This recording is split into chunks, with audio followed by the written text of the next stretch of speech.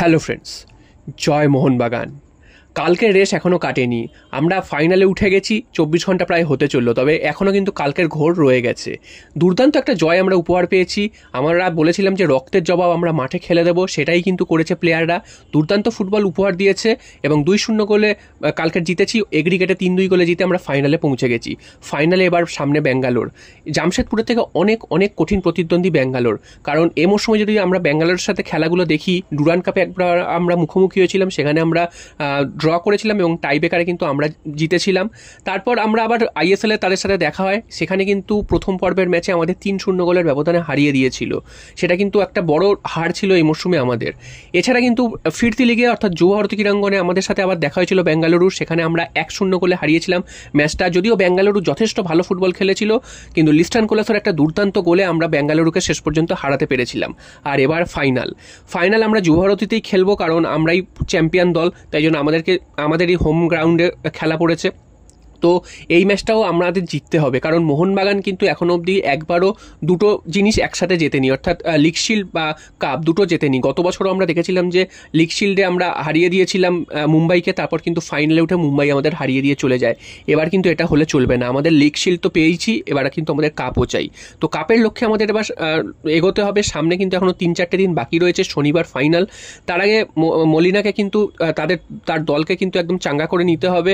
আর আমরা কালকে দেখেছি যে মোহনবাগান অসংখ্য সুযোগ তৈরি করেছে, তবে মোহনবাগানের ফিনিশিংয়ের একটা অভাব রয়েছে। এছাড়াও গোলের সামনে গিয়ে একটা যে খেই হারিয়ে ফেলার ব্যাপারটা, বা অ্যাটাকিং থার্ডে গিয়ে মোহনবাগান যে ঠিক মতন পাস করতে পারছে না বা গোলে শট নিতে পারছে না, এটাও কিন্তু একটা ভাবার বিষয়। কারণ এত সুযোগ তৈরি করেছে কালকের, তোমরা দেখেছো জামশেদপুর প্রায় খেলতেই পারেনি। জামশেদপুর নিজেদের বক্সের সামনে 10 জনকে দাঁড় করিয়ে রেখেছিল। তারপরেও মোহনবাগান কিন্তু গোলে কিছুতেই বল ঢোকাতে পারছিল না। এমন নয় যে মোহনবাগান গোলে সামনে গিয়ে বল পায়নি, বল পেয়েছে, তবে মোহনবাগান কিন্তু বাইরে বারবার মারছিল। তো এটা কিন্তু আমাদের দেখতে হবে যে আমাদের প্লেয়াররা যাতে এই ফোকাসটা যাতে নষ্ট না হয়।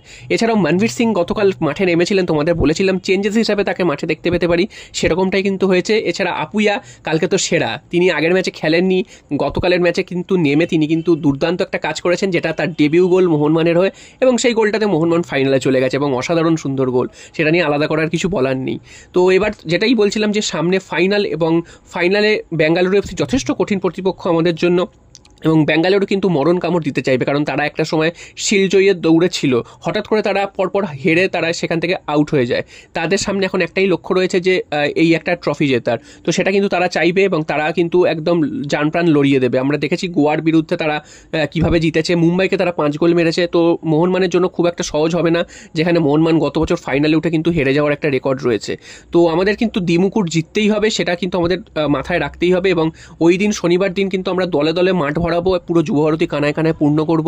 তো তোমাদের সবাইকে আসতে বলবো যে প্রত্যেকে এসে মোহনবাগানকে সমর্থন করো, এবং আমরা যেন দ্বিমুকুট অর্থাৎ কাপটা যেন আমরা হাতে তুলতে পারি, যেমন শিল্ড হাতে তুলেছিলাম, কাপটাও আমরা হাতে তুলতে পারি, সেটাই কিন্তু আমাদের লক্ষ্য থাকবে। এবং অবশ্যই খেলার দিকে যদি তাকানো যায়, খেলার মাঠে কিন্তু আমাদের দেখতে হবে যে প্লেয়াররা যাতে নিজেদের কনসেন্ট্রেশনটা বজায় রাখতে পারে। ডিফেন্স কালকের আমরা দেখেছি খুব ভালো হয়েছে, তবে কিছু কিছু জায়গায় যখন কাউন্টার অ্যাটাক হয়েছে আমরা দেখেছি যে গোল হওয়ার পরিস্থিতি তৈরি হয়ে গেছিলো। এই জায়গাগুলোতে দেখতে হবে। আশিস রায় তিনি কিন্তু ঠিকভাবে খেলতে পারছেন না, যদিও কালকের এতটা চাপ ছিল না ডিফেন্সের ওপরে, তবে যখনই আমরা দেখেছি যে আশিস রায়ের সামনে বল এসছে, তিনি কিন্তু ফাম্বেল করছেন। আর ফরওয়ার্ড লাইনকে এটা মাথায় রাখতে হবে যে গোল যদি একটা সুযোগ আসে, একটা সুযোগ থেকেই গোল করতে হবে, কারণ বারবার কিন্তু ফাইনালের মতন বা বেঙ্গালুরুর মতন প্রতিপক্ষের বিরুদ্ধে বারবার সেই সুযোগ আসবে না। তো এইগুলো কনসেন্ট্রেট রাখতে হবে, তাহলে কিন্তু আমরা ট্রফিটা হাতে নিতে পারবো। আর জামশেদপুর অনেক বড় বড় কথা বলেছিল প্রথম লিগের ম্যাচে আমাদেরকে হারিয়ে। তারা বলেছিল যে তারা দেখে নেবে, এই করবে, হ্যান করবে, তারা মাঠের বাইরে সমর্থকদের আঘাত করেছিল। সেই সমস্ত যোগ্য জবাব কিন্তু আমরা দিয়েছি, এবং খালিদ জামিল বুঝিয়ে দিয়েছি টুকটাক দিয়ে ফুটবল হয় না, ফুটবল কিন্তু মাঠে খেলতে হয়। এবং খালিদ জামিলের কালকে স্ট্র্যাটেজি যদি দেখো, তিনি পুরো ডিফেন্স নিয়ে একদম দাঁড় করিয়ে দিয়েছিলেন গোলের সামনে। তো এই ডিফেন্স নিয়ে দাঁড় করালে বেশিক্ষণ মোহনবাগানের মতন দলের সামনে দাঁড়িয়ে থাকা যায় না, সেটা কিন্তু বুঝিয়ে দিয়েছে। শুধু যা গোলটা আসছিল না তাই, নিজেদের ব্যর্থতার জন্য গোল আসছিল না, এই নয় যে তাদের ডিফেন্স বারবার আটকে দিয়েছে, তা নয়, নিজেদের ব্যর্থতার জন্যই গোল আসেনি। এবং শেষ পর্যন্ত আমরা গোল তুলে নিয়ে কিন্তু একটা দুর্দান্ত জয় পেয়েছি। জয় মোহনবাগান।